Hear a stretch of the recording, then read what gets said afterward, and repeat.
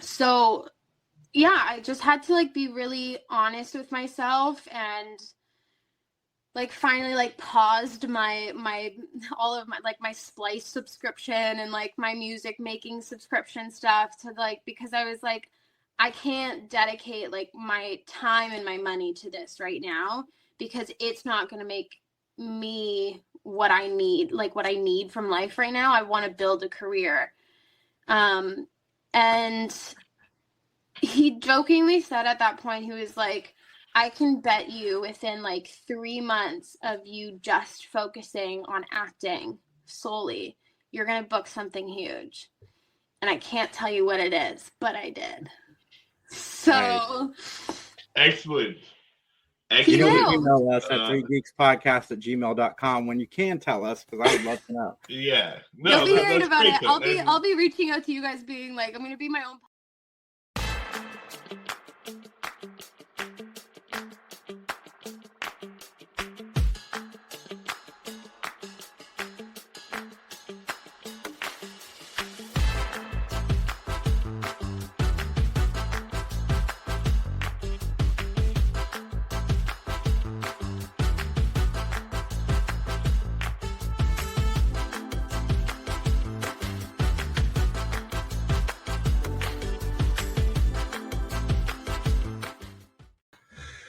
What's going on, everybody?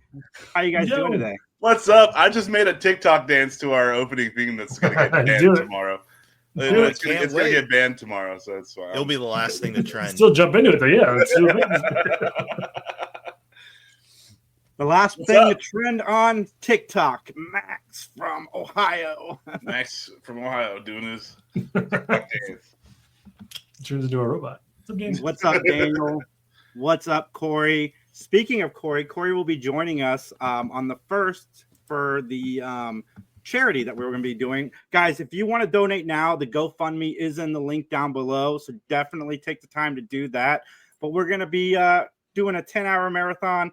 Everything we raise goes to help people that have been hurt because of the LA wildfires, and we want to do our part. And if coming on here and talking for an hour helps and get some money going to those people, I can't wait.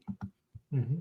Yep. Yeah, that's a absolutely shit situation over there, and I'm sure any relief is greatly appreciated. So we're just going to try to help out in what we can. You know, we've got our buckets of water. We're ready to go. I do want to take a moment. This hurt because I'm sitting there on my break from work and I'm scrolling through my phone like I normally do, and then I see David Lynch pass, and I'm like, fuck. I said it out loud, like, and then my second thought was, I hope Mike's okay. So then I Google it, and because I know Mike's a huge David Lynch fan, like as I am. So I Googled it because I always want to make sure these things are real, because celebrities die every hour on the internet and 95% of them are fake. I knew he was sick. I know you made it. But I also knew he was working on things, and I didn't know that we were to this point, and it sucks. David Lynch is somebody whom I really admire. He released a Criterion a few years ago where it was solely focused on his art, and like, if you're a fan of his films and you didn't know he was an artist, go check out his art. It is that is a very good documentary, The Art of Life. Highly recommend it. And I think David Lynch did something that I wish more people would do. He brought Twin Peaks back. He did the reboot thing that everybody's doing now, but he did it in such a different and unique way that I think this 18-hour television show movie, it's an 18-hour movie, let's be honest, is a masterpiece. And I wish more people had that kind of vision where they would take the risk and do something new with the material that we've already got. And it really sucks. I believe Twin Peaks is the last thing that he's done, besides maybe the monkey skit on Netflix, which was fantastic, where he interrogates a monkey for like 15 minutes. and his music, and like you said, his paintings and stuff like that. Like, he was continually like doing new stuff. So I think he released an album of music as being like one of his most recent things. So, like, I didn't know. I went down the David Lynch rabbit hole on YouTube the other day, and I didn't know he voiced David Lynch was a character on the Cleveland show. Yeah. Okay. That's like fun. Bartender, and it's a very David Lynch thing to do, you know, doing something that you don't expect him to do. And it was really, really funny. And dude, the movie world lost something special. There's a universe where his Return of the Jedi exists, and I want to see that because he turned down Return of the Jedi to do Dune, and I want to see that movie like so bad. Maybe someday we can pop portals and go to the other universe. Yeah, go to the multiverse, the Lynchian universe. Great. He's great director and artist. I'm not a huge fan of his work. I've never even watched an episode of Twin Peaks, but I always respected it. I always respected it was different and it was done well, and that is not something you get a lot of. And I like a guy who sticks to his guns and doesn't sell out. You can tell that the stuff is his.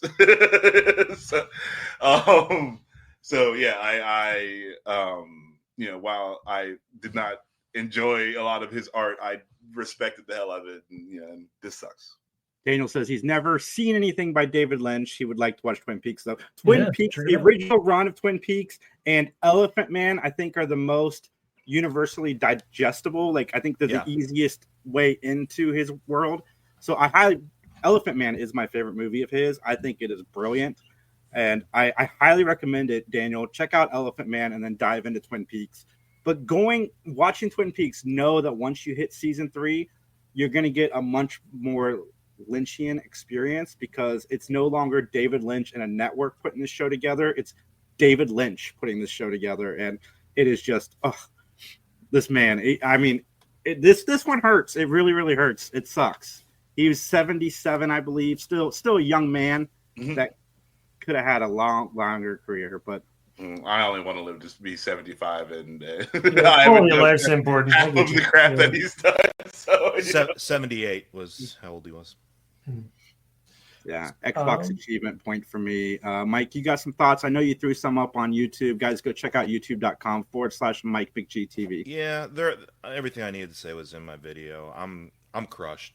Personally, I mean, I'm fine otherwise. Like, I only know the guy vicariously through his work and through the way he presented himself in interviews. So it's, this is something I went through with Max a couple of years ago when Kevin Conroy passed away. It's like when someone who's had such a very momentous kind of impact on the way you view the world and the way you view something you love, like film, passes away, it affects you. And so I've been a little melancholy the past couple of days, but if anyone is interested, on Monday, on January 20th, the family of David Lynch just put out a post on his account. They invite everyone at noon Pacific Standard Time, or in our case, 3 o'clock Eastern Standard Time, to partake in 10 minutes of meditation, because he was very much into transcendental meditation and things like that. So they're inviting you to do that for 10 minutes in memory of David. And I'm sure it'll be a lot better than whatever else is going on the 20th. I've never seen Mulholland Drive. I know it started off as a Twin Peaks spinoff movie, and then it became its own thing when Fire Walk with Me failed. I'm going to open this and check it out finally. I cannot wait, because this is one of his movies I haven't seen, and I've heard nothing but amazing things about it. Well, it'll ruin the resale value. What are you doing? Oh, I'm not worried about that. Watch Lost Highway. Watch Robert Blake and see all the signs that led to Robert Blake being terrifying.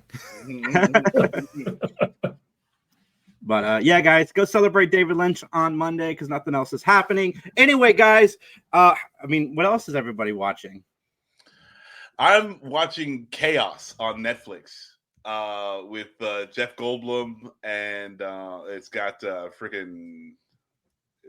it's got a lot of people I haven't seen or heard before, but Eddie Izzard has got a nice little cameo in it. It's weird and cool. It's basically like, what if the Greek gods were real, and it's like a modern day, but the Greek gods are real. So it's that's fun. It's trippy. But yeah, it's good. I love Jeff Goldblum in this. I like the kind of mystery that they're building, and I'm having a lot of fun watching it. My wife we're watching it together, and she's like, "Okay, no, we got to stop, just so that we're not like watching all of it at once." I'm like, "No, like let's just watch the whole thing." What is her reasoning behind that? Why wouldn't you just wants finish it to it? not be over so soon. Oh. Yeah, I which is respect that. that's cool. Take Yeah, your time with it. right. I don't understand it, but happy wife, happy life. So No, I get it. Like, I'm a huge Veronica Mars fan. I haven't watched the rebooted season yet because I like knowing that there's more. I don't want it to be over. yeah, hey, if a thing is entirety of a thing, I just want to see it, and then I can if I love it, then I'll watch it again. Like there's no. I'm of the same mind. It's like if I like it, I just want to be done. You know what I mean? I want to know all of it. I want to consume all of it. I think we're on episode 5 or 6, and this is going to be a good, like a juicy one where you find out like a lot of the what's going on. And she was like, "Turn it off." I was like, "I want a divorce." That's awesome. No, I'm just kidding. This joke. This joke. Yeah. But, the show is really good, and if you like Jeff Goldblum at all, like you should check it out. Have you ever seen the show Ragnarok? Because it's a very similar theory, like premise as like the Viking gods are just among you and they're hanging out and doing stuff. And I think it's German or whatever. It's like a foreign-made TV show. So I forget which country made it, but it's pretty good. It's on Netflix too, I think. Cool. Yeah, I'm gonna check that out after Chaos. Yeah. Nice. Daniel rewatched T2 earlier, and after watching my review of Indiana Jones Temple of Doom, that's what he'll be watching next. Dude, I watched that, and I'm like, I want to watch Goonies. And then I was trying to find out what time Wolfman started this weekend because I wanted to go see that. And then I saw the Goonies 40th anniversary was this weekend at the theaters. Wow, it makes me feel so old. And I'm a huge fan of that actor. So I texted Max. I'm like, let's go see Goonies. So we went to get our tickets. I couldn't add his pass, and I couldn't figure out why. We couldn't use our AMC passes to go see it. Yeah, because we had to shell out. We had to shell out $15 a ticket. Not to me. Watch the movie. This guy got AMC gift cards for Christmas, so Dope. Bam. Yeah, I was wondering. You were so quick on that. I'll buy the second ticket. yeah, no big deal. It's not my money. I had just made a big deal about how Kylie needed to go do something with her father. And then after I saw the price of the tickets, I'm like, I guess she could have sat this one out, but I can't. Yeah, maybe something else with her father. Can't not let her sit it out now. But yeah, T2 is a good one too. Yeah, I heard Wolfman is pretty good, Corey. I'm looking forward to it. I kind of want to see that one too. We should do a double feature. You're solo this weekend, so I know I can. That is true. That is true. I could watch the rest of Chaos by myself. I don't think we're going to get a text message. No, I'm not going to do it. I'm going to have some self-control. I swear. But 2025 has started out really, really good. Max and I went and saw The Last Showgirl. And if you haven't seen this movie, go see it. Put any preconceived notions you have about the title and the lead out of your mind and just go and enjoy this movie because it is phenomenal. Pamela Anderson, honestly, I didn't think she had that performance inside her.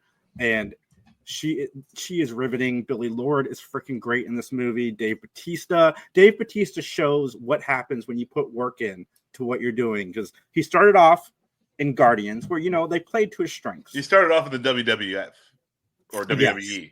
Yes. Let's. But that's where he started. As far as he became to my radar, was in Guardians, and then throughout his career, he has put in the work, and it really shows in this movie.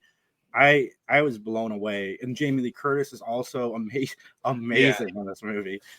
I loved Jamie Lee Curtis. She stole the movie for me in this one. I thought she was just excellent. Yeah, I was surprised at Pamela Anderson's performance too. Like it's got heart and it's definitely more acting. I don't think she was acting. I feel like this was coming from a real place for her, and it shows through in the movie. And that's it was so much better than I thought it was going to be. And it's like especially with my like Showgirls. If you've seen the movie from the fucking 90s, that is not what this movie is. And it's no relation at all, but like, you know, in your head, you kind of you put those two together, and they're nothing alike. Whereas like one is really, really bad, and the other one is really, really good. So you know, it's a drama. It's not. It kind of tugs on your heartstrings a little bit. So if you're looking for like a Friday night like movie to go watch, maybe not this one, but it is definitely worth seeing.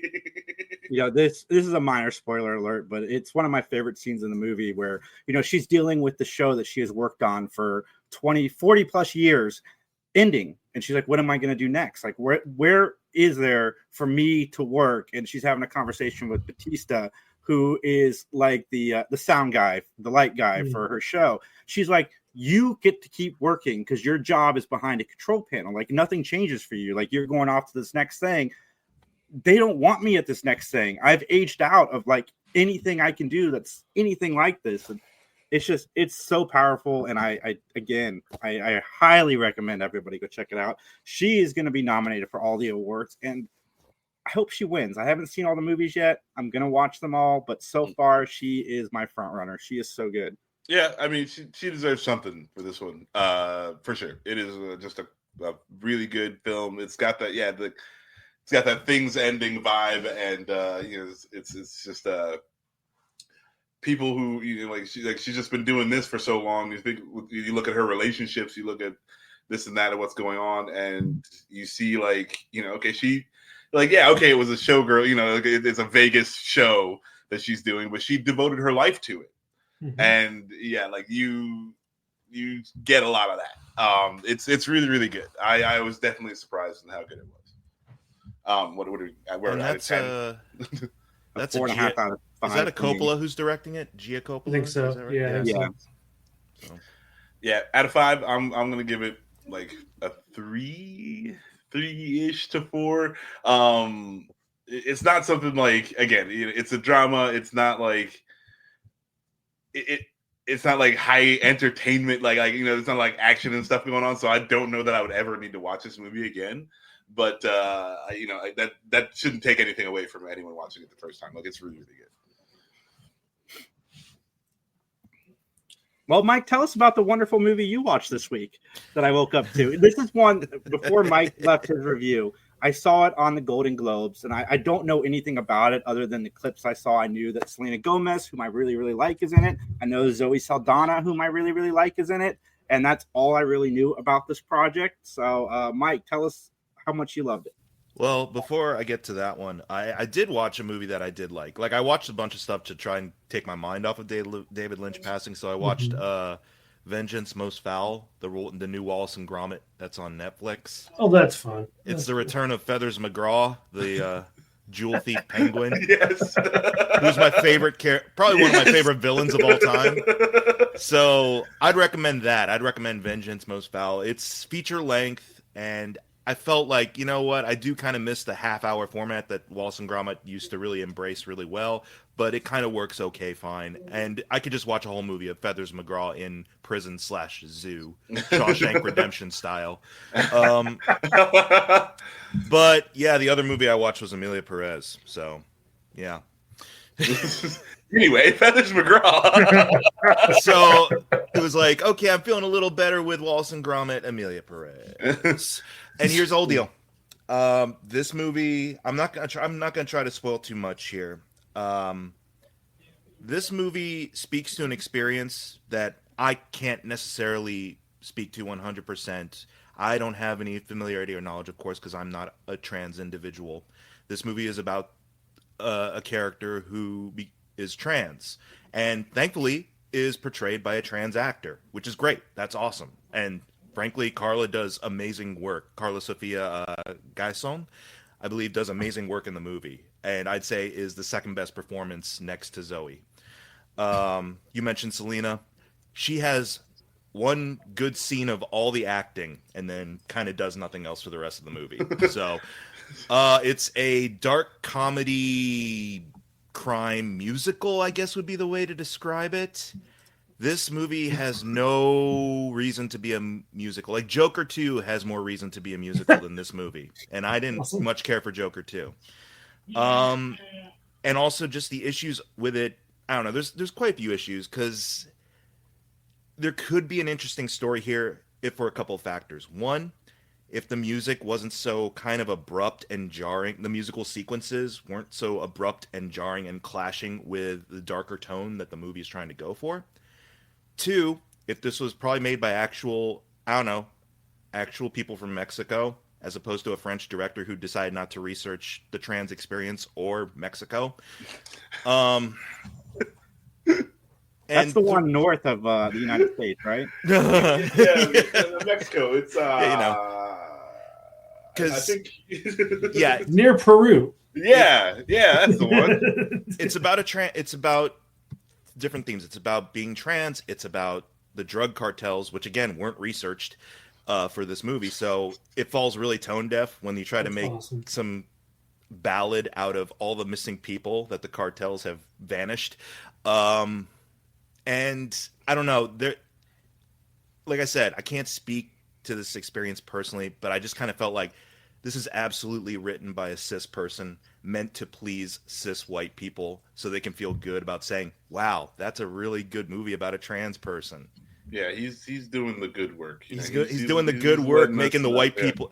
He's doing the good work making the straight white people feel good about liking this movie. Yeah. So, because the actual character that the actor portrays in this movie never gets an actual moment to really kind of hammer home to the audience what the experience of being trans is, because the entire movie's about them being haunted by their life pre-transition. Everything about their experiences comes back to bite them in the ass about their pre-transition state, which I get is part of the intrigue and drama of it, but also the fact that no character outside of Zoe Saldana actually accepts or even acknowledges this person's, current truth. They get dead named in their last scene, which is awesome. Wild, yeah. So yeah, I didn't feel good about this one. If you get something out, I'm employing a new mindset of like, if you get something out of it, good for you. I just hope it doesn't lead you to hurt people over it. Yeah. If you get something out of this movie, fine. It's not the most offensive thing. Like, there are people out there who are liking it, but so far the LGBTQ community and a lot of the critics from Mexico are like, yeah, this sucks. All the LGBTQ people from Mexico are like, okay. Yeah, especially.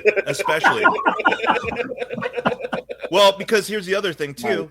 You got basically three leads. You got Zoe, who's I believe she's from. Is she Colombian?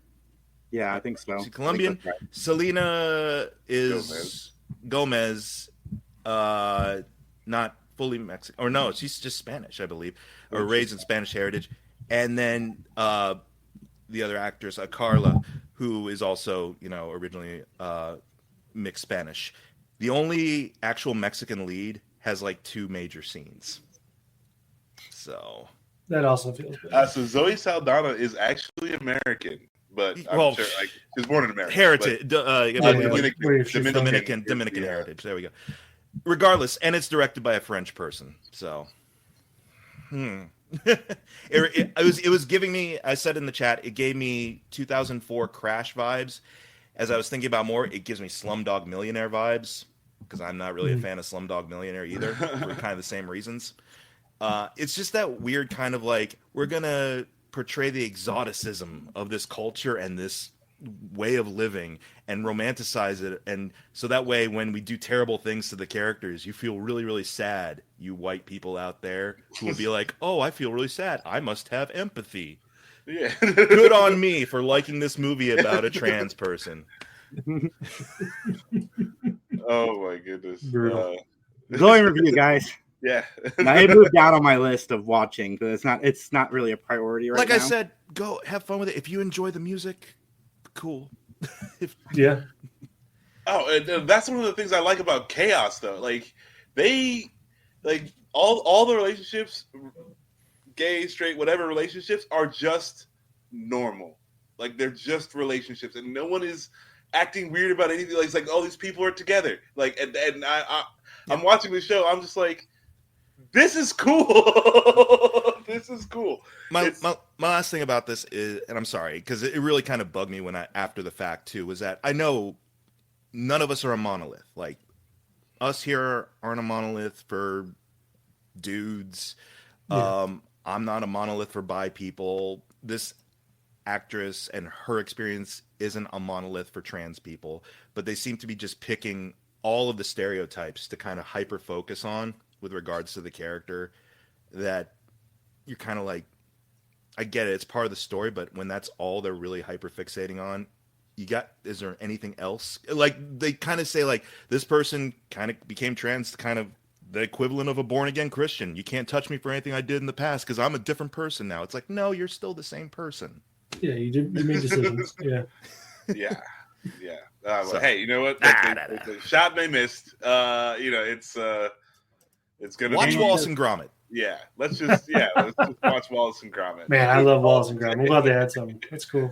I need to watch Wallace and Gromit. I don't think I've seen Wallace and Gromit. Like, You've never seen any of them? I don't think Oh, so. dude, Wow. I think you'd like it. You'd like it. They're fun. They're just fun. Mm-hmm. Well, guys, we're going to do something we haven't done in a while. I'm going to let you get to Maniac Minute Max in a few. But we got a trailer we're going to talk about. We're going to look at, because we haven't done that in a while. Because this I'm excited about. I'm very excited about this show. And so, yeah, here we go. Oh, yeah. Time. Well, I will admit, it's not entirely unpleasant seeing you again. I'm so glad that they decided to make it a A lot of time has continuation. passed. Yeah, But- same. You've come up in the world. I could say the same about you. The mayor serves his city. Season 2's already starts filming like I can next see you're month. not entirely. Nice. I thought they split the Can season you blame me? because they had like Oh. 18 episodes coming out. System. I think so. Why did you Okay. stop being a vigilante? I know they filmed like 5 episodes and then Oh, I entirely understand. scrapped those 5 episodes to make it a continuation as opposed to a reboot. It's hard to come to terms with a violent nature. Which kudos to Marvel for doing that, because not a lot of people would waste that much money on It has over us. filming something and then just, well, HBO or They've Max. got money. They've got money to burn. And if they get it right, they'll get it back in spades. Yeah. I can't wait.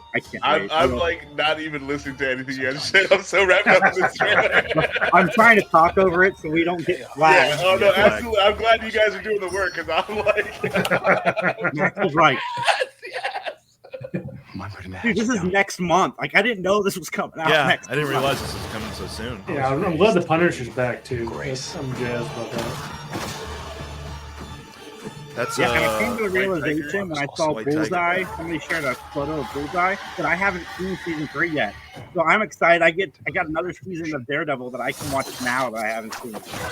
That's fun. I believe, unfortunately, the actor who played White Tiger passed away recently too. Oh, did he? Yeah, I think so. I believe he had cancer. Dang, that sucks. Yeah. Oh, March. this looks dope. March. I'm Super dope. so down. Let's go. Yes, I'm down for this. I mean it's not entirely unpleasant to see you again. Yes, hooked. Let's go. I just love me some Vinny. D'Onofrio. Yep. I And you know- rewatched Men in Black a couple days ago, and I was like, Nice. love this guy. Sugar. Water. It's funny. I'm about to watch Men in Black International because I've never seen it. I picked it up on sale like over the summer for like $1 on 4K. And what I've been doing lately is I'll just go to my shelf and I'll pick 10 random movies without even looking, and then I'll put them on my shelf over there, and then I'll have Kylie pick one of the 10 and just throw it in the DVD player. That's fun. That's cool. So I watched what movie did I watch recently that I know Mike's probably seen? Prince of Darkness. You've mentioned this in the chat. I have not seen this. I've heard of it. I haven't seen it though. I didn't know that this was part of a trilogy with Mouth of Madness and The Thing. Like it's Oh, really? a thematic really? trilogy. Okay. And I didn't love Prince of Darkness, but I didn't hate it either. It's got some really cool, interesting ideas that you don't really see a whole lot, and some things that you do see now that you can tell kind of pulled from this, and it's got Donald Pleasance in it, and I love Donald Pleasance. That's cool. But what's your Maniac Minute, Max? All right, Maniac Minute. My Happy Marriage season 2 has dropped on Netflix. That's my go-to date anime. So I'm enjoying that. Season 2 is holding up to the quality of season 1, which is awesome. Solo Leveling season 2 has been going on for a while now. Solo Leveling season 2 just started. There's a that's I think they're on episode 3 or 4 now. Okay. So if you saw the Solo Leveling movie, you've seen everything that's aired so far. They're about to start the actual new stuff, which is awesome. That show is so cool. The action is so well done. The story, again, is kind of mid. It's not anything you haven't seen before, but it's just very, very well done. So yeah, I'm loving Solo Leveling season 2. Sakamoto Days dropped. This is one of the few anime that I own and have read the manga on. So it's and unfortunately, I'm a little disappointed. I don't know if it's the style, like, because the look that they're going for is like it's a manga that moves. I want to say, it's colored and everything, but it's just coming off as kind of cheap. I hope that they were trying to do a thing and it's not actually just cheap, because the show, this manga and the show deserves better treatment than that. But the style that they were going for, if that's what happened, is not really hitting, and they do need to just put a little more into it. I think to get that effect where it doesn't just look cheap. But regardless, it's still worth watching. I just feel like it could have been done a little bit better. But there's only been like 2 episodes released so far, and I've only seen the first one. So here's hoping that gets better. But yeah, Sakamoto Days is it's John. What if John Wick married the girl and got fat and opened a grocery store? That's fun. Yeah, so it's a lot of fun. It gets really crazy and zany, and I really, really love the manga. So I'm really hoping that the anime holds up. And Shangri-La Frontier season 2 is going. This has been going on for a little bit now, but it is still good. This is another one where it's an action anime. The story, we're following a guy playing a video game, so it's like it's not really a whole lot in the story where you're surprised at things, but so very well done, and the action is just awesome. So I recommend that if you are not watching, or if you kind of let it slip by as it was going on. You can definitely check out any of those. It's totally worth it. Awesome, man. I want to check out that marriage one. I know we've talked about it before, but I got to remember to turn it on Netflix. Yeah, My Happy Marriage on Netflix. It's solid.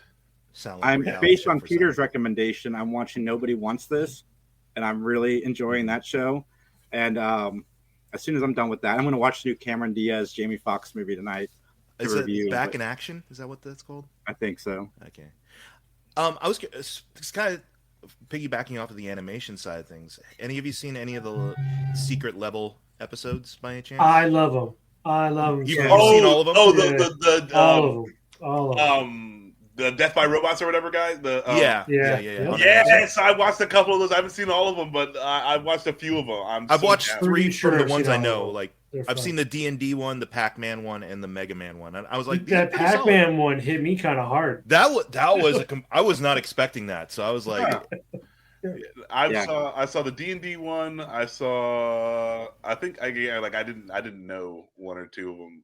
But I would watch the New World one because it's always fun to have Arnold in it, because Arnold is a voice actor. That's the one. Yeah, I watched that one. Yeah, and Pac-Man, that was my favorite. I was expecting the D&D one to be my favorite, but Pac-Man wasn't my favorite. Pac-Man kind of messed me up for a while. I was like, yeah. I think. Did Pac-Man did you like the Emoji Movie? Did Mike? No, but good. Yeah, I think I'm going to do episodic reviews to that, since each one is its own video game. I can't. They're only like 20 minutes long at most. They're quick. That's so much fun.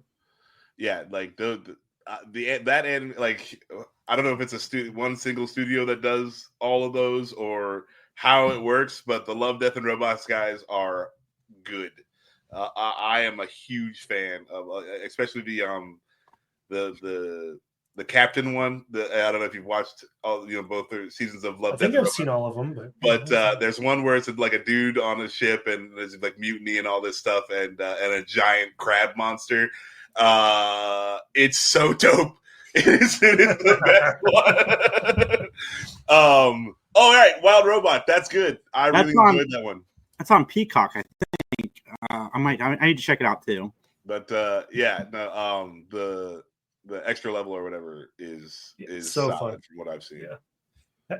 Max or anybody, has anyone watched Dan to Dan? I've been watching Dan to Dan for 2 or 3 episodes. Very fun. Dan to Dan, the first season is done, I believe. I think it was 12 episodes. That is so good.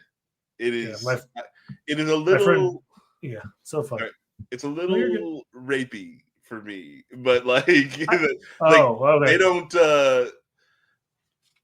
It's weird because it's like they don't show anything, like nothing bad happens, nothing like that happens to anyone, but that's like an ever going threat, and it's just like it was. I've only seen 2 episodes, and the one ghost was very crotch oriented, which I thought was weird. Yeah, I was like, whatever. Like, yeah. What I enjoy is they're not gender specific. Is it as crotch oriented as the ghost from Ghostbusters with Dan Aykroyd in that one scene? Yes. Okay. Yes. Okay. Just that. Yeah. It meets or exceeds that level of crotch orientation. Literally, it was talking about biting stuff off. It was like it was the 30 minutes of a ghost. So it is the ghost from Ghostbusters then. Yeah, I think her first line is, "I'll let you suckle my teats if I can have your dong," or something like that. That's and like she's about stealing it, not even like. Yeah. You sure this isn't something off of The Hub? Yeah, that's what I'm saying. It's like it's hard to recommend this to people. This sounds like something off of The Hub to me. It's not that. It's not that. My friends from college are all like, "You need to watch Dan to Dan." I was like, "Okay," and it's fun. Yeah. I can't believe I didn't think to mention it. No, I do really enjoy it. That's a fun new one. It actually kind of blew up. Like everyone kind of loves it. But again, it's just that little tiny bit of excess rapiness that that I'm not a fan of. But other than that, like the style is super cool. The main characters wear different clothes. Like go figure that. So like they actually are like flexible with the model. Like, and so I was like, oh, okay, like that's different. Cool. But no, I really enjoy it. It was like, hey, like they're trying hard. Like that's because like it's easy to put the same characters in the same clothes all the time. That's just cost effective. Yeah. So that they would take the time to do that, I'm a huge fan of. Nice. Well, everybody, we are going to do our top 5 most anticipated things coming out this year. And I'm going to kick it off with my number 5. And I'm probably the only person in the world that has this in even their top 50. And I'm going to play the trailer because I bet nobody knows what I'm talking about. And I cannot wait to see this movie when it comes out. I think on Valentine's Day. But anyway, here we go. Is it a Hallmark movie? No. Oh, this is what's his name? Hello. Yeah, Kate. Every day is an opportunity to change your life. Oh, he's so good. Yes. Woke up one day as a This top is my seller number realtor. 5. I You cannot won the wait. Regional Realtor of the Year award. Congratulations. Got Sean Astin in it. The Goonies reunion. That's a sweet little reunion, sure. You know what's funny is the guy who played Chunk is his lawyer, his entertainment lawyer. He's the one who's helped him write up the contract for everything, everywhere, all at once. All right. Nice. We've been looking for you. Marvin Gaye. Marshawn Lynch. Yes. I love Marshawn Lynch. Yes. Who are you? You know, it's such a blast. He brought us in to find you. I'm not gonna lie. After you let This has been the trailer that's been the skip ad Where's the money? thing for me on videos, and I've skipped it. But now that I've actually seen the full thing, or almost the full thing, Yeah. I'm kind of into it now. This looks so good. this is on my list as well, but now I have to pivot. You know, I've wanted him to make a comeback for years, and I'm so glad that we're on that comeback train. Yes. Rose? Hey, Marv. When you stole from my brother, I got you out. Why did you come back? You know why he came back to acting We're was hiding. Crazy I'm Rich hiding and Asians living. is the If movie we're that gonna makes me stop want to your start brother, acting. I'm That makes gonna make sense. the old you. Is this like a history of violence, but just starring him? Yes. That's what I'm getting, is that he got out, and he's like, I don't know who you're talking about, until he Are has you to alright? kick someone's ass. I'm in the middle of a high-intensity yoga. Can you give me a minute? It's Mr. Nobody. It's I'm a so history sorry. of violence. My brother said he wanted out. I mean, it's only a few more weeks. If I get to enjoy this June, Swiss cheese, they shit. I think this is a family night for movies All for this us. up like Tonight. this. Yeah, for sure. I'm 100% down. Marshawn's in this a lot. No, let's I remember, Yeah, yeah. unless they're showing all of the Marshawn. All the things right Marshawn, now. yeah. You got it. It's about damn time. Is that Yeah, a I guy didn't dressed think- up like Reptile back there? That'd be dope. Yeah, I knew just saying love hurts wouldn't do Love it justice. I've seen that other guy before. I've seen his brother, I guess. So that is my number 5, and one of the reasons I was glad to watch Temple of Doom. I'm glad to go check out Goonies this week. I was super excited to see him and Everything Everywhere All at Once. Like this, keep doing it, dude. Keep doing it. For sure, for sure. I you know, I loved him as a kid actor, and I'm glad that he grew No, up I'm and glad he's is getting doing this. It looks dope. I'm 100% down. Like, if this gives him a little bit more versatility, like, well, I mean, he proved he was versatile in Everything Everywhere All at Once, but like, Right. he's still playing. I don't know, like, he's definitely still got that aw shucks kind of thing. But like, Yeah. he gets to show off a little bit more of what he was in the other universe. He's like, sometimes I just think about doing laundry and taxes with you. Like that part. Like, if he just portrays more of that kind of persona, I'd be like, yeah. Well, he's showing people that he can also be an action lead because he can do the moves and stuff. Which is He's like trained, isn't he? I believe so. Yeah. He was a stunt coordinator, I believe. Yeah, I mean, For a long time? he looks better than freaking Iron Fist. I'll tell you that right now. What a low bar that is. Oh Dude, my god. Again, I loved him in Loki season 2. Like, give us more Key, everybody. Like, we want more of this actor in Hollywood. Like, let's make it happen. Marshawn Lynch, man. Has anyone else watched Murderville by any chance? Not yet. It's on my list because I've heard nothing but amazing things. Marshawn Lynch's episode on that is one of the funniest fucking things I've ever watched. What is Murderville about? What's I mean, yes, it's that from show. it's from a BBC show. You know, it's one of the American okay. import. But what's his name? Will Arnett. Will Arnett plays like a detective, a homicide detective, but it's all improvised. So like, you'll bring in Conan O'Brien as the first episode. You bring in Conan O'Brien as his like partner to solve a murder, and it's basically like dinner theater, where the guests just plays themselves, but they have to improvise everything with Will Arnett. Yeah, and then they got to try to like solve the mystery. They have to solve who that's did. fun. Yeah. And Yeah, Marshawn, that's fun. I love Conan's. All the episodes are solid. Like, they have Annie Murphy from Schitt's Creek. They have Sharon Stone. They have Ken Jeong and a couple of other people. But like, Marshawn Lynch's episode cracks me the fuck up every time I watch it, because he's just vibing with it. Like, he is fully. He's like, I want to be silly as hell in this, and I will be. Yeah. I've only seen the Conan and the Marshawn episodes, but yeah, that show was all right. It's pretty fun. Yeah, it's scripted except for the guest, right? Like, everybody else is scripted, but the guest is improv. Yeah, they're like little segue. Like, there is a whole mystery setup, and they do have scenes without the guest in it, and that leads into introducing the guest usually. Oh, Kumail Nanjiani's also in it. Yeah. So Nice. I want to see it. I can't wait to watch it. It's been recommended so many times over. Mike, what do you got at number 5? Here's the whole thing. I was looking through like the release dates of stuff for 2025, and there's not really a lot I was looking forward to. So I'll put that on my list now. Now that I've seen the full trailer, Love Hurts is on my list now. You got me, and I only got a couple of weeks to see it. So, because like I said before, when I was watching YouTube videos earlier in the week, like, this is the one I'm like, okay, skip ad, cool. He's working solidly now, awesome. But then now that I've seen the full trailer, I'm like, okay, I'm in. History of violence with a comedy slant to it. Yeah, it's Mr. Nobody is the like what it really reminds me of. But you know, I'm 100% down for Love Hurts.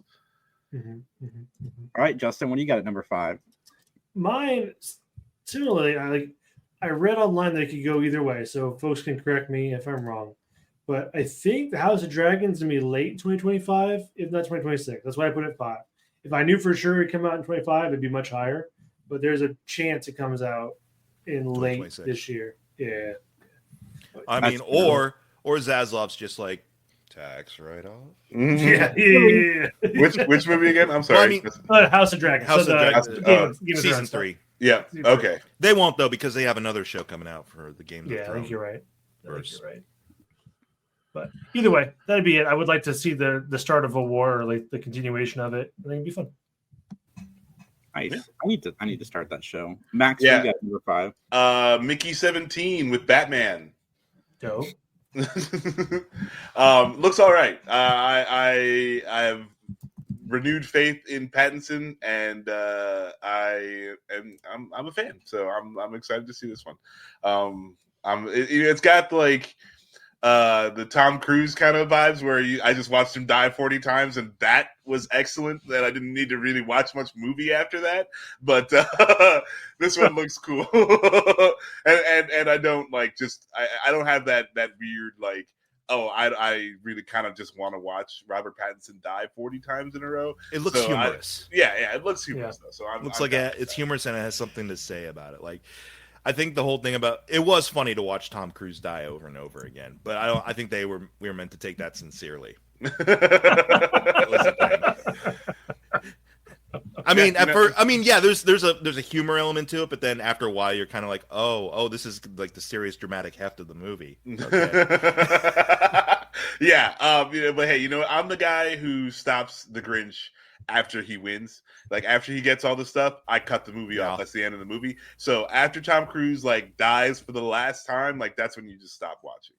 I really like that movie. Tomorrow. It was definitely a surprise for me, right? I thought it'd be just another like just movie. It was really entertaining. Yeah, it was fine. Emily Blunt actually stole the show for me in that. I agree. Like once they started focusing on her a lot more, I'm like, I want to know more about her experiences because I get the gist of his experience. He's gonna have his stereotypical "I'm falling in love with her over time" type of thing. I'm like, what was she like when she was going through this prior to him? Right. I'm surprised they didn't try to make that movie. They've been talking about. I'm glad they didn't. Something or other with it. I'd watch an Emily Blunt prequel. Yeah, but no prequel, man. Like, ugh. Like you kind of know what's gonna happen, right? So. Whatever. Yeah, no. That's prequel has no stakes. Prequels have no stakes. I'm sorry. You know that the lead lives. but the thing is with that one though, it's a prequel and you know where it ends up, but the entertaining thing would be like, oh my gosh, what were her scenarios of getting killed over and over again? Mm-hmm. Sure, but I know there's an end game. I don't want to see her get murdered 40 times. Max was like, Tom Cruise is why I watched that. Yeah, right. But I mean, but the thing is, I'm genuinely curious what kind of character, because the whole thing is that like these people start off very differently from the way they end. Like he's like this sniveling, military dude who's never actually seen battle, and by the end he's a hardened warrior. Like, who is she before she became? What was her name in the movie? Like the bitch or what? I think that was literally her name. Yeah. Something Queen bitch or something. Like so fearsome. No, yeah, she was like the timid secretary or something like that. But I mean, I like Emily Blunt. I'll watch an action movie with her. I just don't need a prequel for Live, Die, Repeat. Yeah, just put. It's not about Emily Blunt so much. Just put Emily Blunt in a lot of good stuff. Yeah. My number 4 is a movie that hopefully Scott and I are going to actually find time to get in the same room with each other and go see Karate Kid Legends. And I can't wait. I'm curious how Jackie Chan fits into this little Miyagi world, but I'm in for it. It looks like they're shifting tone a little bit, getting them a little bit more serious than Cobra Kai was, but I'm in on it. I can't wait. I love Ralph Macchio. The guy ages down. He's kind of like Paul Rudd in a sense. He's like 64 years old. He looks like he's in his 30s, 20s maybe. Is this bridging, like, I know Cobra Kai still got episodes to go, right? Yeah, this takes place 5 years after the end of Cobra Kai. Oh, okay. So they still got story to tell. Because I've seen spoilers for what's happened to Cobra Kai up until now. Because some people on my feed were like, "Yo, episode 10 was crazy," and so I saw episode 10, and I'm like, "Wow, they do that in this show? Okay, went for it." I should see this show again beyond the first episode now." Yeah, it's a show that definitely knows what it is. But I'm curious. Jason, you got Mike in on a bit, huh? I'm not going to watch the show, Jason. I'm not going to watch it. You can try as hard as you want. Whatever. Whatever. Okay, it brought Scott and I together. You know how much Scott and I butt heads on everything? That's why I don't believe you. Now you got Mike doing it. Now you got Mike doing it. No, I'm not. No. I mean, I still need to watch it. I haven't committed. I'll put it in my watch list, and it'll never get seen. Like a lot of stuff. I feel you. It's hard to go back, but I hope William Zabka has some kind of an appearance on this, because William Zabka is 95% of the reason why Cobra Kai is as big as it is these days. It's Ralph Macchio is good in the series, but it's not because of Ralph Macchio that everybody's watching the show. So I hope he's in here at some way or another. But yeah, I can't wait. Again, curious how the Jaden Smith world works, but we'll see. Yeah, okay. Well, what I do like is, though, in the trailer, they are doing kung fu, and they say they are doing kung fu. Yeah. And the kid there's karate being done, and there's kung fu being done, and they are acknowledging that they are two separate forms of martial arts. Two branches of a tree, Max. They're two branches of a tree. Whatever. They say kung fu in the movie, they're doing better than the other Karate Kid. And this is the kid's first role, right? Yeah. Yeah, I think so. I haven't heard of him in anything else. I don't know much, but like he's actually like a black belt in real life. So. I mean, I assume so. So if he's doing the actual stunts, he's looking better than Iron Fist. I'll tell you that right now. They all are. That's so good. All right, Mike, what's your number 4? What the hell, Mickey 17 now? Yeah, He's just gonna pick Max reminded me of it. Yeah, from what I'm reading up, because Bong Joon-ho directed it, and I love Parasite. I love Snowpiercer. Hell yeah, let's bring it on. I'm all for it. It's got Steven Yeun in it. It's got Mark Ruffalo, Tony Collette. Oh my god, yeah. I saw the trailer like ages ago, and I thought for some reason it was like a quiet release like in 2024, but I guess no, it's not yet. Not even out yet. So I'm looking forward to that now, because yeah, I do remember really liking the trailer for being kind of unique. So yeah, Mickey 17. What the hell? Justin? Awesome. Yeah.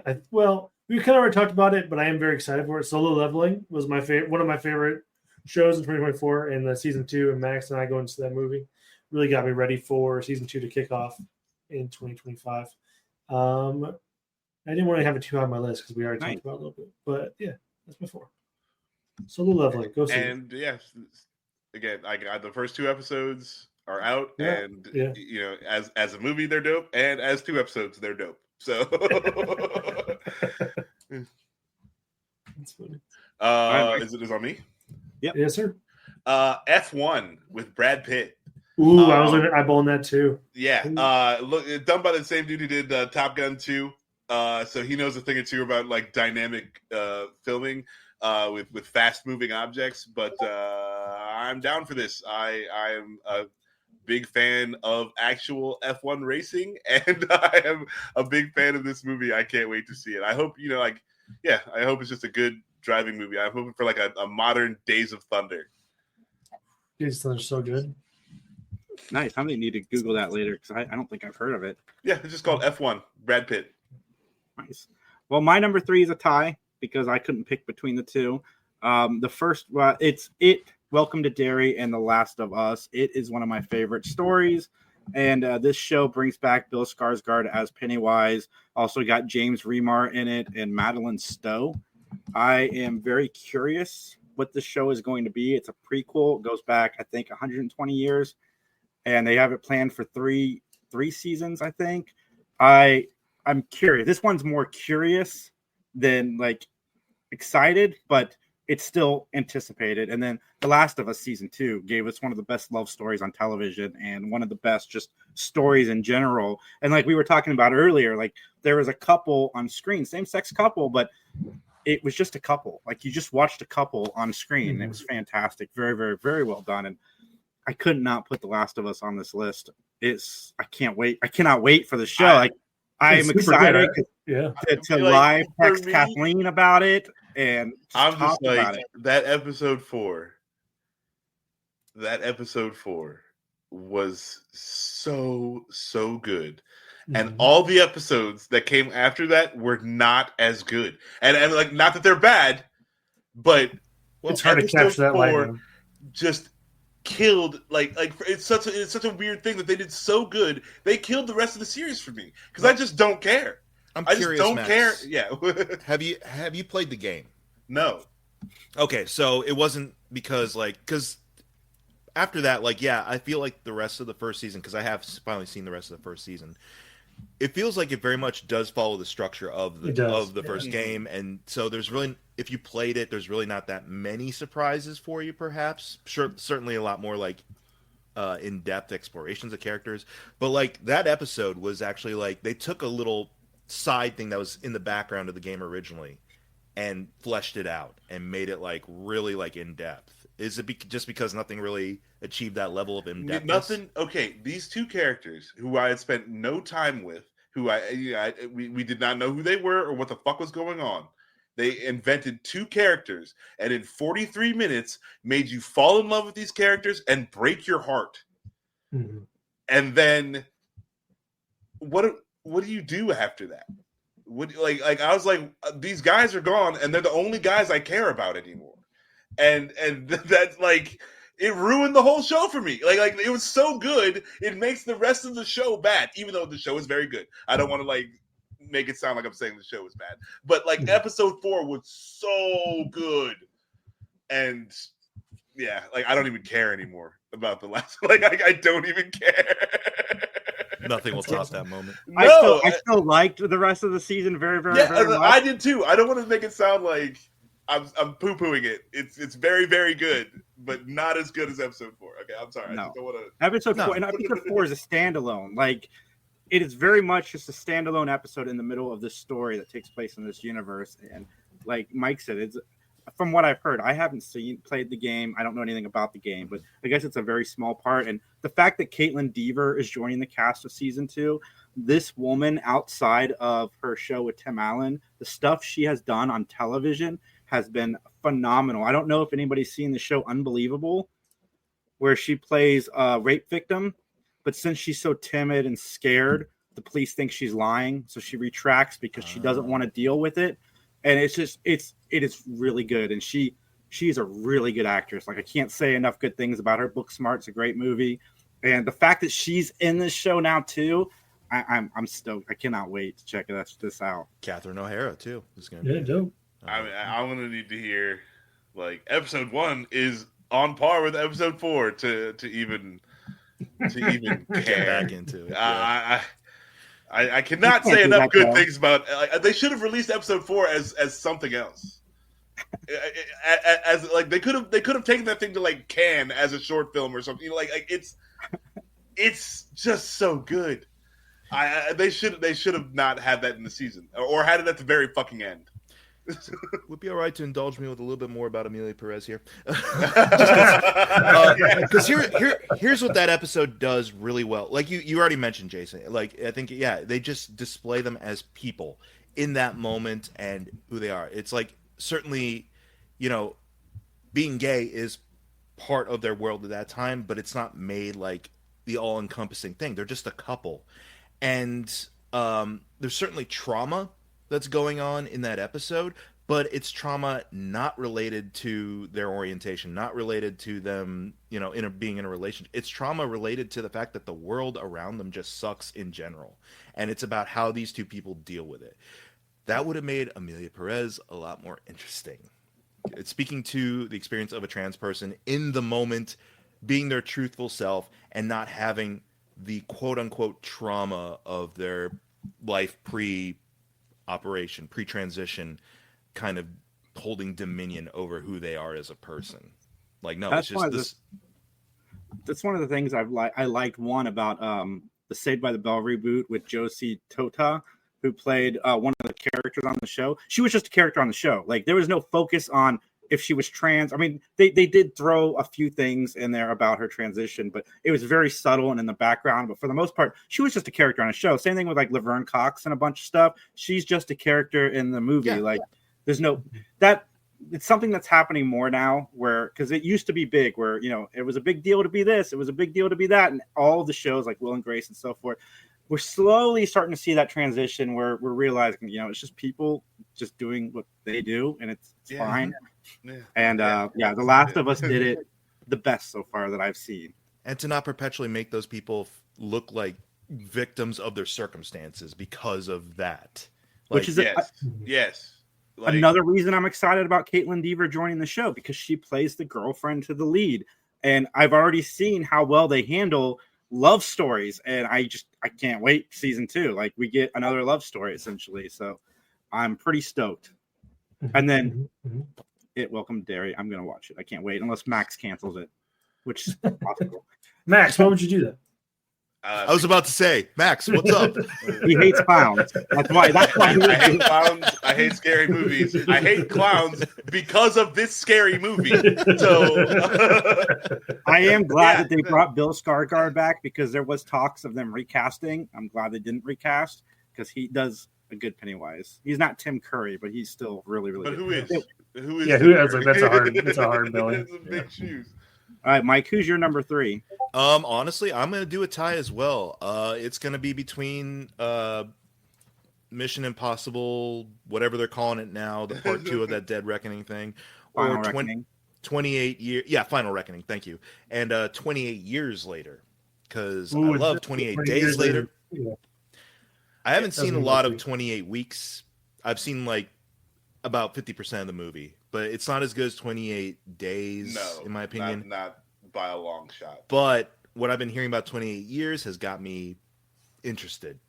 I'm interested to see this one too. It's been a long time since we've had a 28 movie. So I am definitely more interested in that one than Jason's It movie or the other thing that you mentioned. But I think it could be good too. It's got Aaron Taylor Green in it, right? Is that who the Johnson? Aaron Taylor Johnson, is it the Craven?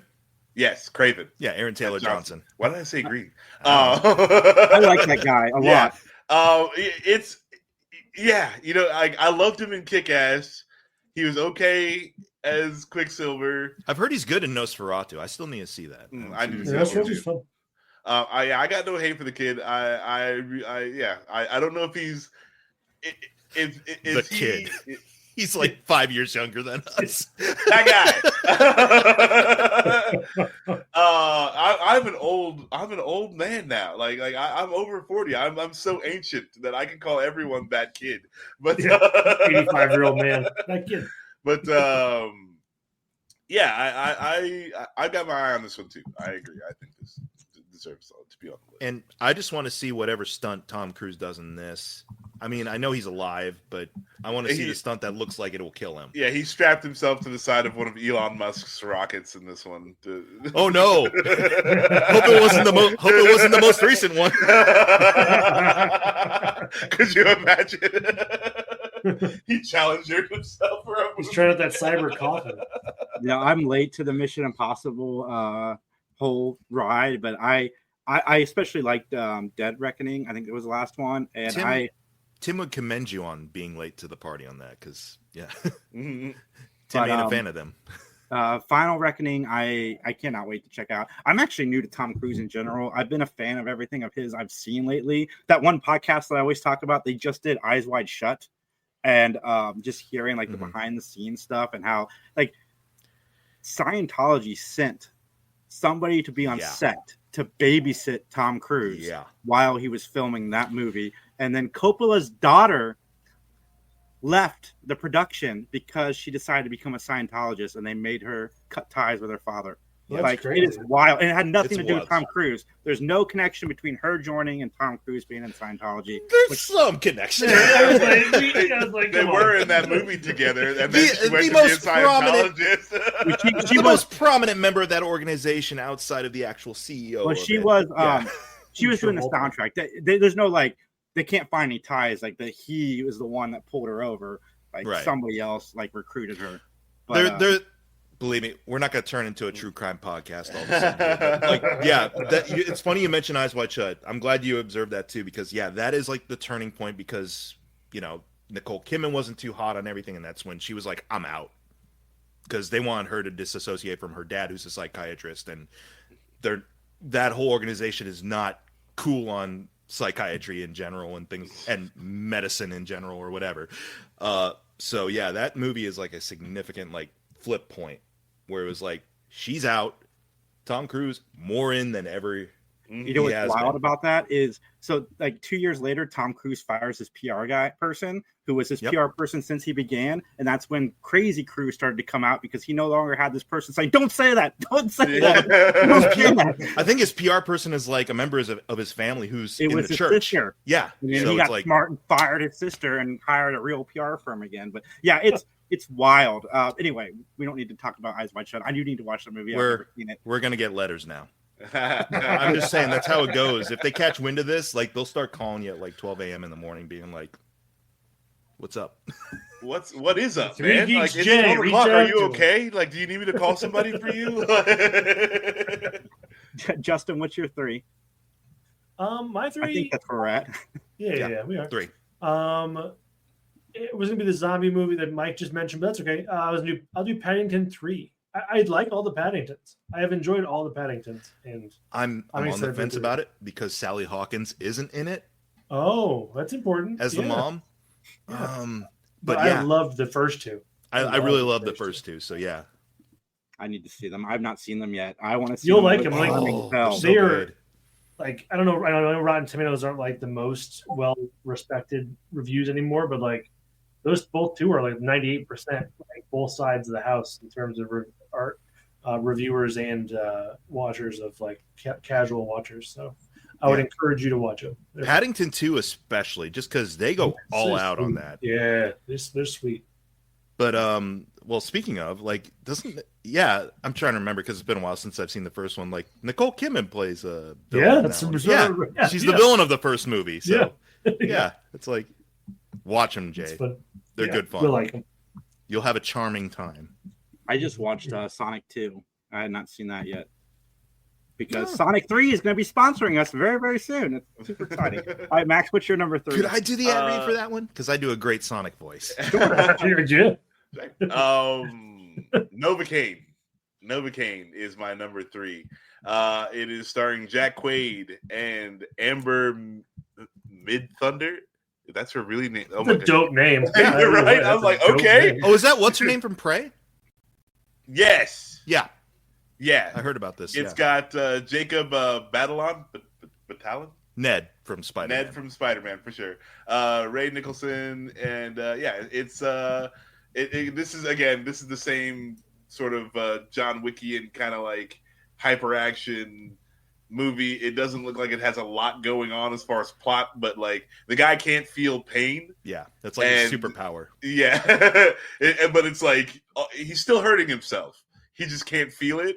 So there's just a lot of fun things that they do with that. And it looks like a lot of fun, and I'm sure it'll be just like an excellent popcorn movie, and I'm down. Everyone looks like they're good and looks a little funny, so I'm here for it. Nice. My number 2 is Wicked Part 2. I'm not going to go into Wicked. Mike, what's your number 2? I talked about Wicked exhaustively, everybody. Well, my number 2 is honestly, a lot of these are actually the ones coming out pretty soon, just because I don't know. Most of the tentpoles, aside from one, which will be my number 1, have me genuinely interested. So, Wolfman, which is out now, so I need to go see it, just because I like Lee Winnell. I like that director who did Upgrade, who did the most recent Invisible Man. I really like those movies, and this looks to be at least from what I've seen from promotional stuff, a pretty solid, hopefully solid, knock on wood, suspense thriller type of thing. Horror suspense thriller. And I just love the Wolfman overall. Wolfman is probably my favorite Universal monster.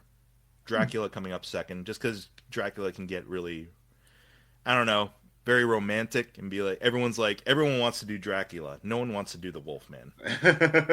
I need to see a Wolfman movie. I just watched my first Dracula movie recently, but I need to watch the Wolfman movie. Bram Stoker, right? It was Bram Stoker, yeah. Coppola's, yeah.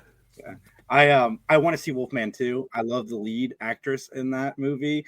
And Blumhouse, they're just redoing the monster movies now because they've done Invisible Man, they did Wolfman, and I think they got Frankenstein coming next. And if everything I've heard about those two movies are any indication, then Frankenstein's also going to be awesome. Yes, Blumhouse Monster Universe, let's go. Yeah, I'm down. I hate to bring it back to Tom Cruise, but it's way better than whatever they were going to do with that Dark Universe shit. Yeah, I agree. Yeah, no, like they're doing it right. They're just making solid make good horror movies. And then we get the Van Helsing team up. The universe will come if you do it right. Crazy action movie. We're not guaranteed that we're going to get that here. That's what I want. That's what I would like to see happen.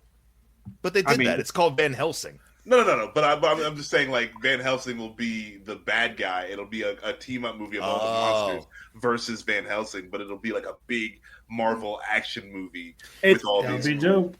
It's possible because I love Blumhouse. I've liked, to varying degrees, I've liked pretty much everything they've put out. But I like the fact that they will do anything. Like, you give them an idea, they will let you see your vision all the way through, and I'm for that. I don't know. I'm kind of hoping they just stay really low key with these Universal monster adaptations. Like, did anyone else see Invisible Man?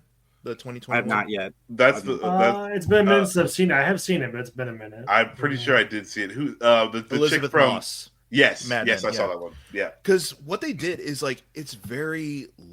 I mean, there are stakes, obviously, but they're very low stakes. Yeah, it's for all intents and purposes, Invisible Man is a domestic abuse thriller. Yeah, it's just about her life, right? It's about her life. Yeah. The East Coast isn't in jeopardy if the Invisible Man gets his way or whatever. Yeah. Here, it's Wolfman, so it's about a family from what I'm seeing, and they just got to survive.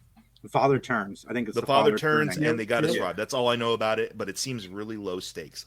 I wouldn't mind just these really low stakes adaptations of Universal horror monsters. Mm-hmm. Absolutely.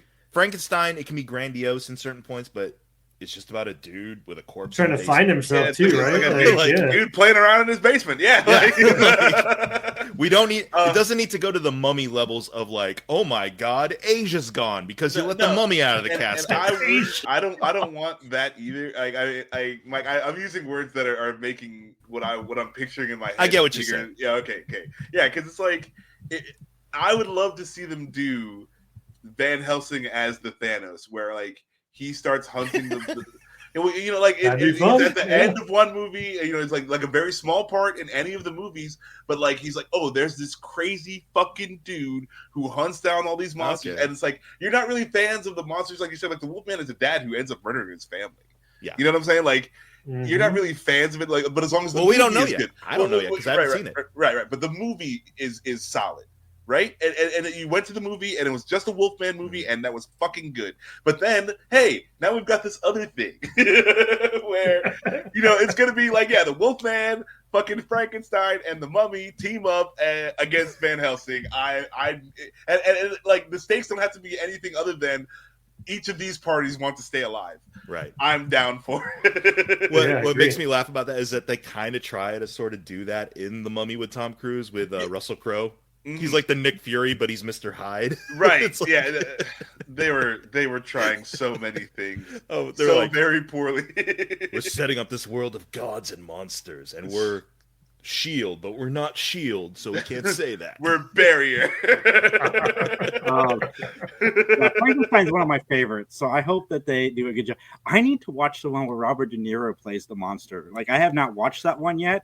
Is it worth watching? Is it so bad it's awesome? Because I envision it being awful. It's interesting. I don't know how creeped out you'll be by it. It's Kenneth Branagh directing it. and he's starring in it, and he wrote the adaptation for it.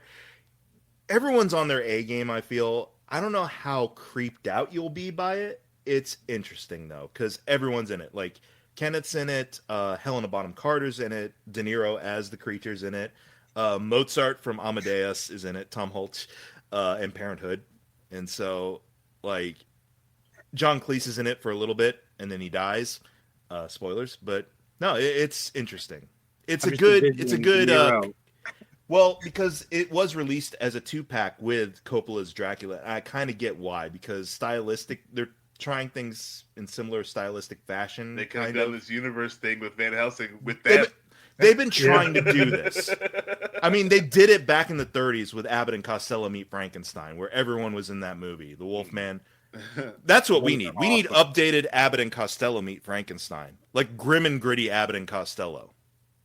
Dude, Abbott and Costello Meet the Invisible Man is one of my favorite comedies. Who would that be though for us? It would be Seth Rogen and Bill Hader. No, well, Bill Hader I like. Traditionally, that's who it would be. I like Seth Rogen. I mean, I think you're right though. I mean, it would be them. It'd be someone along those lines now. Not Kevin. Cheech and Chong, Smith, Jay and Silent Bob. No, they're way too old. We need like some of the quote unquote fresh talent. Anyways, Justin. Number 2, Justin. Mine's kind of a tie for 2, so forgive me, but I'm really excited for Blade Runner, the TV show. Like I think it's either a miniseries or whatever, but an Alien. They're kind of neck and neck with me. There's 2 TV shows that I'm really excited for. If they do it right, it should be really sweet. Really good additions to the universe. And Predator Badlands comes out this year too, and I'm excited for both of those. Yeah, I didn't see that. That'd be on my list too. Yeah, I'm down for especially a Predator movie. Especially if they do something with Prey. You're good. I like the movie Prey. If they stay within that type of quality for Predator, it's the same team. Like dope. The guy who's working on the Predator series, and I'm blanking on the Alien guy's name. Oh my god, I can't believe I forgot. I love that guy too. They have very loose plans to eventually do an Alien v Predator together, but that's not their priority right now. But Alien the Alien series, I think it's done by the guy who did Fargo. Okay. That's dope. Dan Trachtenberg, who did Prey. Nice. That's cool. what you're thinking of. But I think the showrunner for Alien Earth, I think is what it's called, is the guy Noah Hawley. And I cannot wait, especially after Romulus. It's got me excited for the universe. And I guess I haven't watched the digital copy yet, but I guess they cleaned up the special effects in Alien Romulus since it's been released on digital. Okay. The movie's cool. I still know that actor's dead. Yeah. But it's cool that it doesn't look quite as janky now. So that's good. Yeah, it's the guy who did Fargo and Legion, which I heard Legion was pretty good. I never saw it. The movie Legion? Yeah, with Angels and Demons? No. The X-Men show. Oh, okay. With that show was pretty good. I like the show. I never watched the end. It's trippy as shit. Yeah. Aubrey Plaza at one of her freakiest. But yeah. The Legion was good. I'm down. Let's go. Hopefully it's a good show. Good pulls. All right, Max, what do you got? Number 2. Number 2, Death of a Unicorn. This movie looks hilarious. Mike has no idea. Pull up the trailer. Can we watch the trailer? As I've heard nothing but good things about this trailer too, so I'm 100% curious. Yeah, I'm curious. I have not heard anything about this. It's got Paul Rudd and Jenna Ortega. Yeah, it kind of came at me sideways. I was gonna skip, and then I was like, because it was just Jenna Ortega, and I was like, okay, she's playing the same character again. But disaffected and jaded. Yeah. But then Paul Rudd was there. I was like, okay, let's see what's going on here, and it just gets better and better. A24. Okay. The whole process. I usually trust their stuff too. And it's not in 4:3 aspect ratio, so it's. It kind of felt like it was showing me something. I get this feeling I don't think we're supposed to be here. I like Paul Rudd's choices lately. You see, like he's doing random shit. Like he's gonna be in Anaconda and this in the same year. Like it's wild to me. Not just pharmaceuticals. Fine. I will sit there and smile. And then I like Jenna Ortega, obviously. Sorry. What happened? You walked from the airport or what? It's perfect timing. What is he, like 70 in this movie? It's fine. He still looks 25. Jesus. A lot of species in this area. I think he looks younger than he did when he was in Friends. Paul Rudd. That's what I'm saying. I kind of hate him now. Yeah. Like, he might be a vampire. He's just, you know, like what I like is that he's only taking sips out of the fountain of youth. He's not like drink, like, you know. So it's like, oh, he took another sip. He just looks just a little bit younger. They're trying to old him up by patting his hair down. It's not working. No. Okay, so there's a dead unicorn. Look at this cat. Cancer? That's the biggest one. This is kind of it. Yeah, okay. This looks fun. Yeah, it looks fun. That guy's come a long way from We're the Millers. We need to give the little one back. Okay, bad things will happen. And then it turns into this. This is giving me Is it a werewolf? It's giving me Krampus vibes. Yes. Yeah. It's very Krampusy. Like it seems like a lot of these characters have like some. They seem unlikable with some deep-seated kind of thing behind them, and then this mythical creature comes to fuck them up.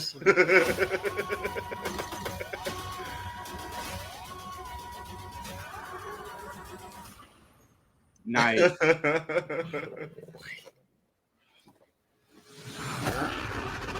Oh, it's fun. Oh, it's the Venom horse. Kill Bigfoot on the way home, huh?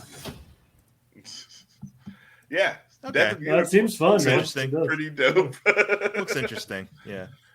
Yeah, that's good. Good pick, Max. Yeah. My number one. Well, I want to mention Fantastic Four was on my list. I had to cut it because I wanted to put Love Hurts on my list. So I am looking forward to seeing Fantastic Four. Sorry, go ahead. Go ahead, sir. My number one movie it's Superman. I watched 10 seasons of Smallville for good or bad. Like, there's no way this movie that looks amazing isn't going to be on my list.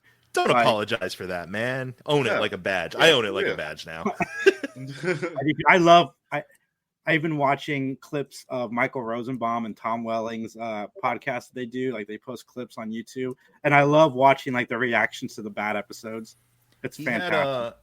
All of them? On his other podcast, he had Nicholas Hoult on last year before he actually went into production on the movie, and he was like, Nicholas Hoult was like, "You're my Lex Luthor." He's like, yeah, everybody wants us to hate each other. He's like, I don't hate you. You got a job. You're gonna do a good job, I'm sure. Yeah.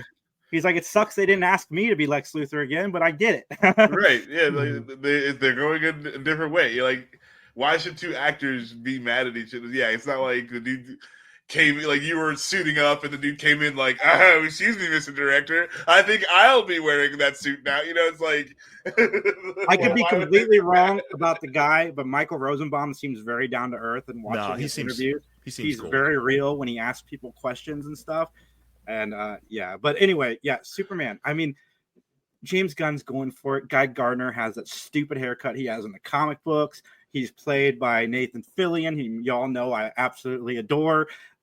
Crypto the dog is in this. It's like this is like Thor: Love and Thunder really leaned into the comic book elements of Thor for good or bad. That's what we got, and I feel like even in Guardians, James Gunn leaned into a lot of the comic book elements, and he's leaning into the comic book elements of Superman that we haven't seen before. Like we haven't seen. I don't want to use the word campy because I don't think this feels campy, but there's definitely moments within this movie that are just screaming comic book. And as a Superman comic book fan, James Gunn has done nothing wrong so far in the world of comic books, in my opinion. And I'm riding his train until he proves me wrong. So if James Gunn came out tomorrow and said, I'm making Green Lantern with Ryan Reynolds, he'd have my attention until it came out and it wasn't good. Like James Gunn has my attention. Yeah. And he makes Superman looks so good. He did the thing. I mean, yeah, Superman is at the top of my list. I was gonna mention about how like there's a lot of superhero movies coming out this year, and like no one has mentioned, like up until right now, like no one has said a thing about it, which is a glaring failure on a lot of people. Okay, like I just want to get out there. Like I'm looking forward to the fair Thunderbolts. I'm looking forward to Fantastic Four. But sure, but it didn't make your top 5 list. Yeah. None of them, like again, and it's like you didn't even honorable mention them. I did. I Fantastic Four honorable mention. Right. But like again, and it's like not until the very fucking end. Like I it's just blowing my mind now. But like the nerds that we are, like this is us, and we don't even give a fuck. Like there's a few there's like movies coming out that you know, like the new Captain America is a big deal. Red Hulk is like a big deal. Yeah. No, we don't care. Like oh yeah, it's Anthony Mackie. It's gonna suck.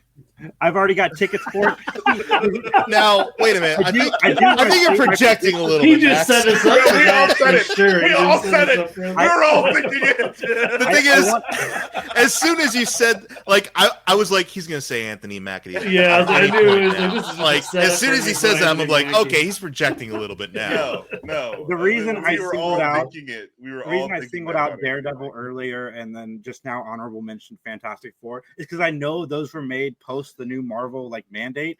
I don't know if Thunderbolts was made pre. I know Captain America did not start since they started. Put a lot of stock in that mandate. The quality. I mean, so far, Agatha, they're 1 for 1. Okay, so that's all I can go 2 for 2 because Deadpool. I like Agatha. Yeah. I the Fantastic Four looks great, but I mean, Guy I haven't even Gardner. seen that trailer yet. It's so stupid. It's oh my god, I can't. That trailer was a masterpiece. Yeah, no, Superman. Like, look, I hate Superman as a character. I hate him. I'm excited to see this movie. Like, that's how good the movie looks. I don't know what else to say. I'm not a Superman fan. I'm a Superman hater, and I want to see this movie. So, good job. Like on a trailer, like that. That's the highest praise I can give it. What good casting too! Like across the board, I'm stoked. Nicholas Hoult does look a little Hitman-ish, but it's fine. I mean, it's Lex Luthor. Fine. It's a bald, mean guy. He's gonna be fine. He's a great actor. I liked him. I liked him as Beast in the X-Men movies. We have varying quality that those were, but I like him as an actor. So it's like any bald, angry-looking guy is gonna look like Hitman to anybody. Yeah, and Lex Luthor. They're the same character visually. Is it my number one now? Yep. Yeah, well, it's the same. Superman. Yeah, I think we all agree. Well, I mean, okay, here's the whole deal. Yeah, without getting into details about it, guys, this year is shaping up to be the long stretch of a shit show. Like step one in a long stretch of a shit show. Yeah. And losing David this week hit me hard. You know, one of the things I went to immediately after hearing the news was I listened to the trailer music of Superman. I listened to that guitar John Williams riff. And that made me feel better a little bit. Yeah, Jason, this trailer was really well put together. It made me feel something towards this character again. I'm not going to say I'm overjoyed or impassioned as much. I'm interested, which is enough to get me in the theater to watch what James Gunn has in store for us. Because, yeah, I'm not going to lie, the last handful of years with the DCEU stuff centering around Snyder's vision, I'm glad he was able to see his vision come to fruition ultimately in the long run. It's not my taste. It's not my thing. Sorry, Snyder fanboys. I'm glad you all have it, but it's not my thing. Right. This new take feels more like my thing. And I've seen so many downplays, like you're mentioning, Max, like, oh, there's too many characters or something like that. Like, oh, geez, what's James gonna do with a lot of characters? I don't know, inject them with characterization and fulfilling story arcs all in the span of one movie. It's not like he hasn't done that before. Right. Yeah, no, totally. No way. Oh my gosh, this no Superman's do it again. Oh my gosh, this first Superman shot is him beaten down and bloodied. what kind of Superman is that? I don't know. Someone who goes through struggles that we want to see him overcome. Superman in a fight with Darkseid. Superman in a fight with Brainiac. Superman in a fight with Superman. Superman in a fight with... Come on. That's what would do that to Superman. I saw this most recent thing where a dude's like, oh my gosh, the first shot we see of him, he's bloodied and beaten. Like, what kind of hero is that? I don't know. Someone we want to see overcome that, like a hero. Why do we get knocked down, Master Wayne? And not like a boring action figure who's perfect all the time. Yeah. This made me feel something. It made me feel really invested and interested to see what the new direction's going to be. I finished Creature Commandos. I just started. It's good. I'm not going to spoil anything for you. Anyone who hasn't seen it, there are moments that really make me feel for characters. I know there's more seasons of it probably coming down the way, which is why I felt the ending is a little abrupt. So I'm not too upset about that, but I'm enjoying the new direction so far. I like James Gunn's whole look on everything, because somebody messaged him on Twitter and was like, "Why did you greenlight Mike Flanagan's Clayface before you greenlit Batman Brave and Bold or whatever, like officially greenlit?" And he's like, "Because Mike Flanagan gave me a script that I liked. We don't have a script for the other thing. I'm not going to greenlight anything without a script." And is it confirmed that's Alan Tudyk going to be doing Clayface? I don't know that. I know that he's Clayface in he's Harley Quinn, and he's Clayface in Creature Commandos. No, he's Dr. Phosphorus. Dr. Phosphorus in Creature Commandos. Mm-hmm. Oh, okay. Maybe, because he said he's going to play Clayface two separate different ways. So that'd be awesome. But again, Mike Flanagan is going to be involved with James Gunn. I just like James Gunn. I like the way he looks at things. I even like the way he comments to trolls on the internet. That makes me so happy. It's one of the few reasons I still have X. He embraces the silliness of what these properties are, but then doesn't forget that, oh no, people actually have to care about these characters too. I mean, he made a Suicide Squad movie where I did not ask the question, why is Harley Quinn here? Mm-hmm. Mm-hmm. Yeah. Pretty dope. Yep. So, let the man cook. Let's go. Let's see what he's got. I'm all for it. Yeah, for sure. It's definitely looking like quality is a thing that he cares about, which I appreciate. Because it's like, hey, they spend hundreds of millions of dollars making bad movies. Why don't they just spend hundreds of millions of dollars making good movies? You can easily choose to make good movies. You'd still make all the money, except the movie would be good, and I would watch it more often. I don't understand the downsides to this.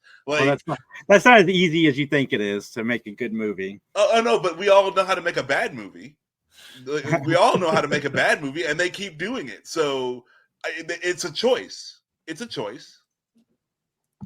Yeah, the Sony verse especially, I don't get. And it's funny, the Sony. The what now? the Sony CEO came out and he blamed the fans and the critics, saying, "No, I don't know what anybody's talking about. These movies are great." It's like, no, they're not. I like the Venom franchise. They're fun, but they're not good movies by any stretch of the imagination. And I am a guy who likes most superhero movies because I remember the 90s. I remember truly bad superhero movies. And I couldn't get through Morbius. And I want to watch Madam Web because I love the cast of Madam Web, but I have no interest in watching Madam Web, which sucks because you have an amazing Madam cast. Web, ironically, you have an amazing cast in Madam Web, whom I like everybody in it, and you got me to not want to watch it. Now that's watch it, but watch it as a drinking game, and I'll come up with some rules for you. Right? Is it better than Morbius? If you tell me it's better than Morbius, then I'll be more inclined. It's not. Okay, I'm sorry. It's not. The drinking game for Madam Web is you start watching the movie, and then as you go, you make up the rules, but every time you make up a rule, you drink. There you go. That's honestly kind of the way it is. Because, it makes up its... Now, the rooting rule for the whole drinking game is take a drink every time Dakota Johnson looks like she wants to die. She's just hook up an IV. It's constantly flowing. No, because here's the whole deal. It's it's clear in her performance of it. I don't want to get on a tangent, but she clearly signed up for a very different movie, and she's very disappointed that this is the one she's in now. Yeah, I feel bad for her on this one. Like I feel bad for everyone on that one. Like they were told that they're going to be in a Spider-Man movie, and it's like the original pitch was going to be like Terminator meets Spider-Man. Like the main villain was supposed to kill baby Peter Parker. Like that would have been sweet. It's dumb, but it would have been more interesting than the plot we got. Madam Web, just okay. I mean, if you found Madam Web, then good on you. But good on you. No, awesome. From what that movie's bad. I'm sorry, that movie is bad. From what if you like it, whatever. What I've collected online as far as Madam Web goes, the rumors are, and very substantiated rumors, is that Andrew Garfield was written into the movie. Like his character was in the movie, so the script they read isn't the script they filmed. And that's the same thing happened to Indiana Jones 4 with Harrison Ford. Like he signed on based on a Frank Darabont script that George Lucas threw away. Like that's crazy that you can do that. Like I don't want to do this movie anymore, but I'm still contractually obligated to do this. Right. You're stuck in a bind at that point. You got to do the movie. No, that's and you got to do press for the movie, which she it's did, and it was glorious. Like, I'm not saying like they're just deliberately making bad movies and yada yada. Like it's like you can tell that this is bad though. Like there's no way you approve this thinking that like okay, we got a real fucking. I mean. Real it's a fucking business. deal here, right? But you can make the same money making the movie. Like I don't understand why they choose the bad option. I mean, you can apply this to any like industry, factory line making type of business. Is that you can make high quality products, but it's cheaper to make this type of product. And let's face it, the big ones, the Sonys, the Disneys, the Warner Brothers, they're in the money making business first and foremost. Yeah, certainly they'll turn out some artistic like visions and they'll turn out some really entertaining stuff, but there's no consistency and there's no obligation to consistency for it. They're just if you give us a couple of mil back in return, we'll churn out this half produced thing. I mean, yeah. At least it's a sad truth of the mainstream movie distribution, assembly line. The Marvel movies are at least the Disney side of Marvel are at least fun at worst. What's up, Troy? Guys, go follow Troy at Troy Hill Talks. But I don't understand the thinking with the Sony movies. It baffles me that any of that got put out. Like, I mean, they're making all these Spider-Man movies without Spider-Man, which makes all these characters not good because the main point of them is gone, and then you're also just choosing to make a not good movie. Well, don't worry, they're not doing it anymore because it's not cost effective anymore. Yeah, Craven proved like they're not turning a profit on these, so they stopped doing them. Yeah, but like, why did you try? Like this doesn't. You know what I'm saying? Like the Craven without Spider-Man is a whole different thing. Venom without Spider-Man is a whole different thing. But Venom turned a profit.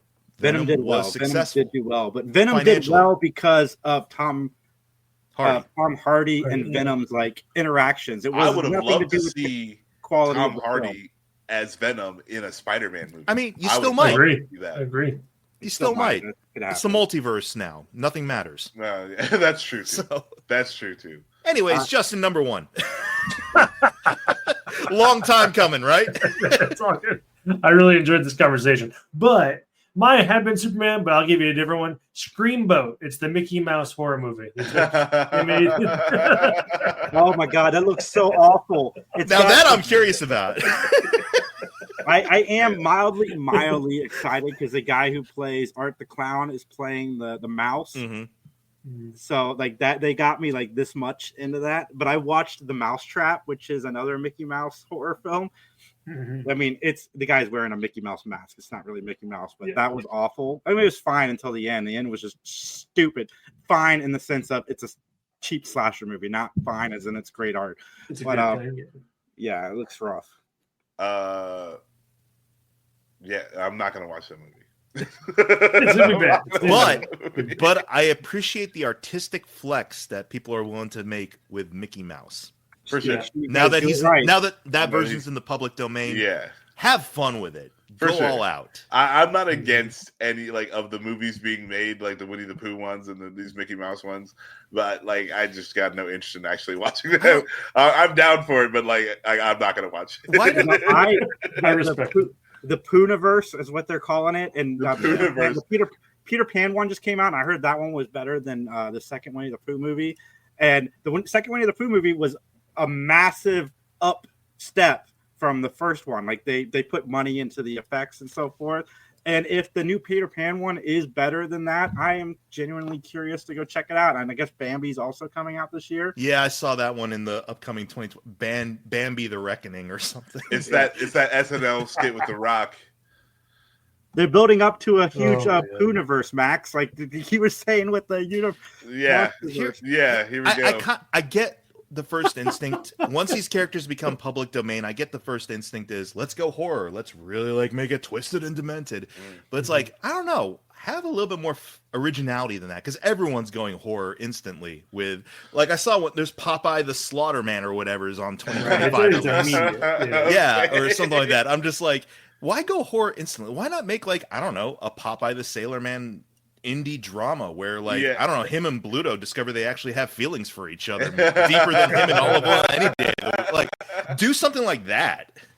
I'm down for all of it. Like, you know, it's out there. Use it. Like let's just make it good. Like my problem with these movies is they don't look very good. But yeah, honestly, yeah. The quality. But yeah, no, I agree with you though. Like, it doesn't have to just be horror movies. I'm not a horror fan. I'm not gonna like. You're instantly putting me out of your movies. I would absolutely like to see any of these characters doing something else. They don't all need to be horror. I agree. Winnie the Pooh does lend itself to horror, and I thought they did a really good job in the second one explaining why they looked humanoid. I really like that dark explanation. It was twisted, and then the first Winnie the Pooh movie ended up being a movie within the movie. Like that's why it's so bad, because it's actually a movie based on what happened. But anyway, that's a good dodge. Yeah. But everybody, guys, go like, comment, subscribe. We got a few comments. You don't think the international audience is going to show up for Wicked 2? I think they will, but yes, domestic is definitely going to carry the movie. But at this point, I don't think it even needs it though. It's such a big brand now. Well, it always was, but Mahershala Ali is in the new Jurassic Park. ScarJo's in it. I've had no interest in Jurassic Park like since the first one. Yeah, I keep checking them out. This is the first one I'm mildly excited to see because they got Mahershala Ali involved. This is the movie he was like, Blade, see ya.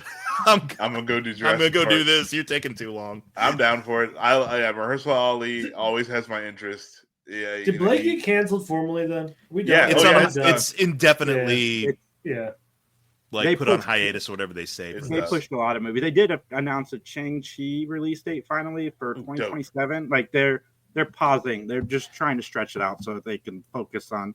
But Gareth Edwards, the guy who did Rogue One, is also doing the new Jurassic Park movie. Like, yeah, let's go. I'm like very curious about this Jurassic Park movie. Yeah. But anyway, guys, like, comment, subscribe, follow us at 3 Geeks Podcast. You can find Justin and I at Decade Dates next week. Woo. And we will talk to you guys very, very soon. Recycle your droids. Deal. Would help if I had the We're alive.